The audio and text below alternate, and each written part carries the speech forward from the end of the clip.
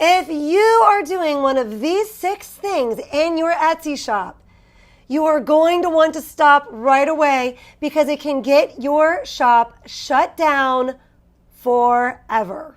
We are going to go over all 6, as I know there are lots of people that might be doing these things and not even know that they are putting their shop at risk. You are going to want to stay all the way to the end, as probably the last 1 or 2 of them are things that you might not yet know about.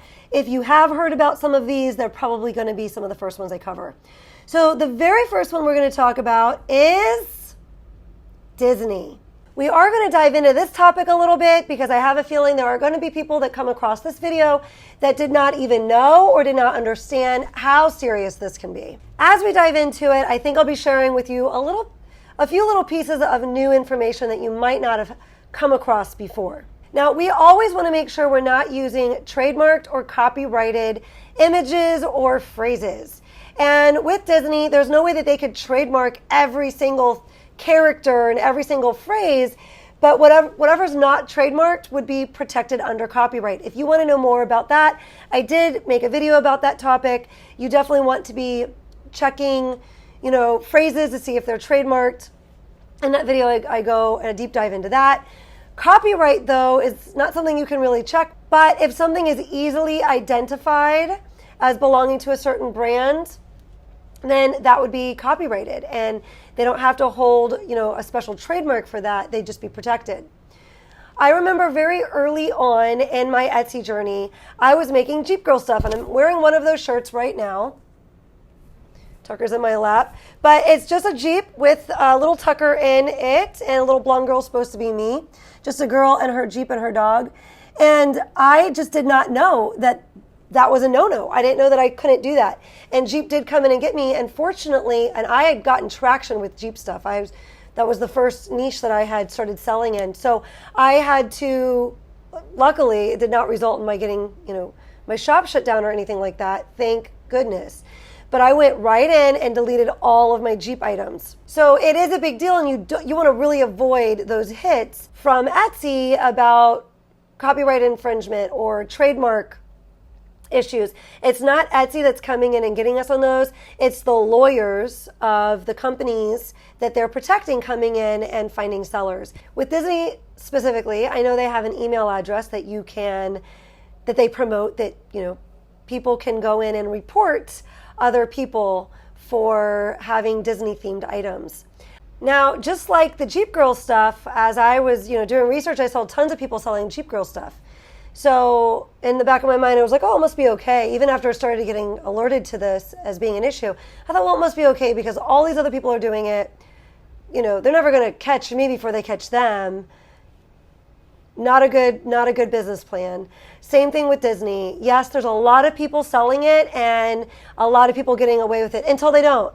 And there's been many times where, I don't know if you have like favorite shops that you track. I have always had shops that I track, and I've seen some of them disappear. One of them that I was following was a Jeep shop. They had all Jeep items in their shop. One day they just poof, they were gone. So I'm sure it was too many trademark infringements from Jeep, or maybe when Etsy came in to give them the trademark infringement, the intellectual property infringement notice, that they saw it was all items that were pertaining to that. All of their items were pertaining to that niche, so maybe that's what got them shut down. I'm not sure. But I did hear around this time where I was worried about this and researching about this, I came across a blog from a girl that had all Disney-inspired items in her shop, and it was shut down after she was selling successfully for 2 or 3 years. Just done. Gone. Her entire shop gone. All of her items were Disney-inspired. So maybe that is why she didn't, that was her first infringement. She didn't get any warnings prior to that. So that leads me to hypothesize that maybe it was because all of her items were that, and that's why they didn't give her a warning first. We're going to jump into a couple of points that I want to make about Disney, some curious questions that might help you in making decisions. But before I do, if you do have Disney-themed things in your shop, or maybe your entire shop has been centered around Disney, and you're like, oh my gosh, and you're wigging out as you're listening to this, it is never too late to change it. I had to take out, more than a third of my shop was the Jeep stuff, and I was able to survive that. And, able to keep the momentum of the shop going, even though I had to take all those items down. So it is not too late to fix it. All is not lost. You could fix it still. Something interesting that I came across as I was researching this is a question: what about fairy tale characters like the original Alice in Wonderland? And so we're going to dive into that for just a second. This is according to themouselets.com, an article on the internet that I came across. They were just bringing up the concept that, Disney has adopted many old fables and have turned them into hit movies. So I'm going to show you an image on screen here right now. According to themouselets.com, this would be an image that you could use and sell from Lewis Carroll's Alice's Adventures in Wonderland, written in 1865. And so now it's been so long that this image has fallen into the public domain, which means we can use it. However, Disney's movie version of Alice in Wonderland would not be something you'd be allowed to use. Now, before any of us go getting any ideas about using this concept to, try to work around this intellectual property issue, and maybe we could do a different version of Alice in Wonderland and it be okay, I want to read this little part of this article to you that I thought was great. It does give an example of one way kind of around this, but it's also going to address things like, I see this all the time, inspired by and not affiliated with Disney. I specifically see those two a lot. So according to the article, is this a way around the intellectual property laws? Ask a lot of shops and they will say their products are inspired by Disney. This statement is true, but this does not mean that you are in any way safe from a cease and desist letter from Disney. This is not a blanket statement, but for the most part, if you use a character that was drawn or invented by Disney, you can be sued by the company. Writing inspired by does not keep you safe. What does keep you safe is if that product is inspired by, but not a copy of a Disney character. For example, if you sell Disney-inspired bows, you could have a Cinderella bow with blue and white and little mice running around the top. You could not have the mice be Jack and Gus Gus or an image of the Disney version of Cinderella on the bow. Now, with that being said, I would still not be using the words Disney inspired in my title or my tags, as the word Disney would be trademarked and I would be afraid of getting in trouble for that. I'm not a trademark lawyer and I don't know all about these things, but I am sharing with you, to the best of my knowledge, what I've learned and how that applies to my shop, the kinds of decisions I make in my own shop based on this knowledge. Furthermore, you might have heard of the lawsuit that Disney has against an Etsy seller pretty recently. And in this, mouse ears are one of the things that are listed as something they're infringing upon. If you were to do a quick research on the internet, mouse ears would be something that many sources cite as being safe items to sell. So I have to imagine, or I'm assuming, that these particular mouse ears maybe had the word Mickey in the SEO or had the characters on the items. But either way, this is not something that I would chance without talking to a trademark lawyer or really doing a lot of research on. I will go ahead and drop a link to that article down in the description in case you want to check out the entire article. I thought it was a great read. And if you're left wondering, well, why do some people get away with it? We really don't know, but we do know that some people don't, and that some shops get completely shut down as a result. So with that, we know that it is not a safe bet. We know that we cannot build a sustainable business with those types of items in our shop. And I can promise you, from my experience, there are plenty of things to sell that are safe. And you don't need to have those Disney things in your shop to make money. All right, with all this talk about Disney, I might be watching a Disney movie tonight. Got my Disney vibes on. If I can't make a shirt about Disney, I can still enjoy the movie. Little Mermaid's my favorite princess. I'm probably going to watch that tonight. If you like Disney and you have a favorite princess, go ahead and drop me a comment down below. Let me know who your favorite princess is. All All right, that brings us to number 2. The second thing you don't want to be doing in your Disney shop. The second thing you don't want to be doing in your Etsy shop, and that is making team-related things. If you are doing sports and you want to cash in on team type of things, you cannot make money off of teams unless you have their permission, which I don't know how to do that. I think it's very difficult to do that. It's not something I've ever looked into. But if you're going to do something that's, Dolphins or the Cubs, I really don't know anything about sports, but if you are doing team things and you're writing things on your shirts, like the team names or putting the team logos, you definitely don't want to be doing that. And number 3, the third thing you do not want to be doing in your Etsy shop is using emojis or smiley faces.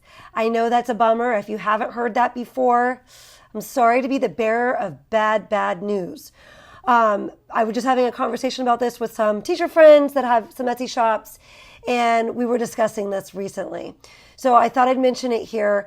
So some fun facts for you about the smiley face. The original smiley face was created on December 1963 by the late Harvey Ball. And his smiley face design is known throughout the world as the most famous smile since the Mona Lisa's, and is seen as an image that represents American culture. The smiley face is embraced as a feel-good image throughout America and the rest of the world. Its very nature promotes peace and goodwill. The Harvey Ball smiley face is a registered trademark. Now, you might be thinking, oh, well, I just won't use that exact smiley face that I just saw up on the screen. But take a listen to this article I found at modernretail.co. And I will also link this down in the description if you'd like to look at the whole thing. How the smiley face made its way into retail. Just because it's popular now and seems so widespread doesn't mean that it wasn't originally a distinctive brand, said Etch. However, it's a weird case because obviously it's even used in people's cell phone keyboards.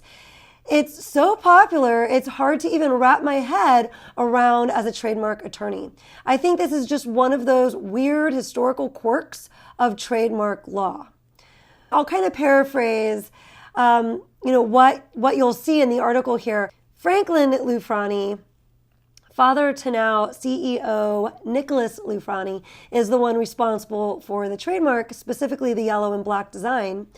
And I believe it was in 1971 they trademarked that. In the decades since then, the increased use of emojis has made the smiley emoticon a staple of everyday communication, which is why it seems so strange to us that it would be trademarked and such a bummer. That's led to a few clashes between Smiley and other brands and retailers. So one of the examples they gave is Walmart and Smiley privately closed a legal dispute in 2011 after Walmart began reincorporating a smiley face into its marketing. You might remember, you might be thinking of that smiley face that kind of bounces around in their commercials. In this article, it says that the terms are confidential, but Walmart was authorized in the end to use their logo for their new advertising campaigns. But if Walmart got into a legal battle with Smiley, I certainly don't want to be in one. I do know that they are very aggressive with protecting their trademark with the Smiley. I have a friend who already got hit twice with infringement. She's not putting anything in her shop moving forward with smileys, but they were flowers with a smiley in it. They also have the word smiley trademarked, so you don't want to use that in your SEO or in your tags. Okay, so far we know not to do Disney related items. We know not to do sports logos or sports team names. And we know not to use the smiley, and I believe it's all the emojis that are protected, if I understand it correctly. So I don't do any of them. So number 4 on the list of not to-dos. And this next thing I'm going to mention is something that I first became aware of listening to Hannah Gardner. And I would link the video specifically that I'm thinking of if I knew it off the top, if I can find it, I will link it, but I don't know that I will be able to find it. But you might check her out if you don't know her channel yet. She's a super successful entrepreneur on Etsy, and she originally got her shop shut down, and she was able to win it back. She was very persistent and able to win it back. And she mentioned specifically getting shut down off of, something that was an infringing item, if I remember correctly. And I think she thought she had fixed whatever it was, or I don't remember the details, but I know she relisted the item and they shut her shop down. So I have never relisted anything. I've gotten hit, I believe 5 times toward, like all in the first 6 months of having my Etsy shop with those, they take your listing down and you get an intellectual property infringement message, and you're told not to relist it unless you have, reached out to the company that put the infringement against you. I've never relisted anything. I've deleted that listing. And as a matter of fact, I've gone into my shop and deleted all the other listings like it, which kind of goes hand in hand with this. You don't want to be getting infringements on the same things repeatedly. So you just want to go ahead and take care of it all. I would not relist that item, and I would take all items like it out of my shop. Number 5. So I learned about this because unfortunately this happened to my best friend. So I'm going to share what it was so it doesn't happen to you. There is something that Etsy has to protect themselves from, and that is scammer shops that open up, get as many orders as they can, and then never ship the items. There's YouTube videos on this where, buyers are looking at these videos and scared to use Etsy because of this. So Etsy, if they see any warning signs that this might happen, they will shut a shop down. When my best friend was just getting her shop started and making her first couple of sales, she was in the print-on-demand company pushing an order through. And the print-on-demand company kind of put a warning like, this zip code and this city don't match, and they were suggesting a different zip code or city. I don't remember which it was. And so she just thought, okay, well, she okayed it. You don't want to do that unless you go to your customer and check in with them about it. You never want to change their address information. Unfortunately, what wound up happening is that item wound up getting shipped to the wrong place. And since this was such an early on, this is something that happened so early on that she got a really bad review from it. I don't know if they filed a complaint with Etsy, but the customer was irate that she didn't have her items in time. And it looked like, they had been marked delivered, but had never actually arrived at the right location. So just kind of a heads up on that. If the print-on-demand company is suggesting to you a different address, I never change it. I just put it through the way they said. Or if then the print-on-demand company comes back to me and won't put it through and says, we're having an issue with this address, I reach out to the customer and say, hey, I'm unable to ship this. This is the message that I'm getting. And I ask them, what they'd like me to do, what change they'd like me to make to the address. And last but not least, number 6, falling prey to a scam. So I have a whole video about this where I kind of do a deep dive into some messages that I received and a Reddit article that I read. I will go ahead and link it down below. It's really good information just to arm yourself with. And I'm going to mention it here because I know of at least one shop. Last I heard, they started a whole new shop, and they lost their original shop because it got scammed and basically taken over by the scammer. They were unable to recover the shop. So this made my list this time because as I was kind of putting this script together, one of my friends messaged me with a screenshot of a message she had just gotten, and I'll show it right here, where they're asking her for items, and then they say, oh, well, can you open this link and download these images, and can you use these images to make designs for me, basically. And you do not want to do an outside link in your messages. You certainly don't want to unzip something. That, to me, is like a red light blinking that no, there's something wrong here. So I don't understand all of the parts of exactly what could happen. I do know that they can install something on your device where they get to see what your login is. If you log in, they'll see your keystrokes there, and then they'll have that information. They can log in, and then they can change your login information. They can change your banking information so that the deposits are made somewhere else. Just a whole bunch of problems. So just be aware of that. You don't want to get caught up in a problem with that. I so hope you found so much value from this video. And if you did, please don't forget to go ahead and smash that like button. And if you're not already a subscriber, we'd love to have you subscribe and become a part of our community. And if you are still here, I want to thank you for staying all the way to the end. And I am sure you are waiting for your tip from Tucker. So, Tucker, take it away.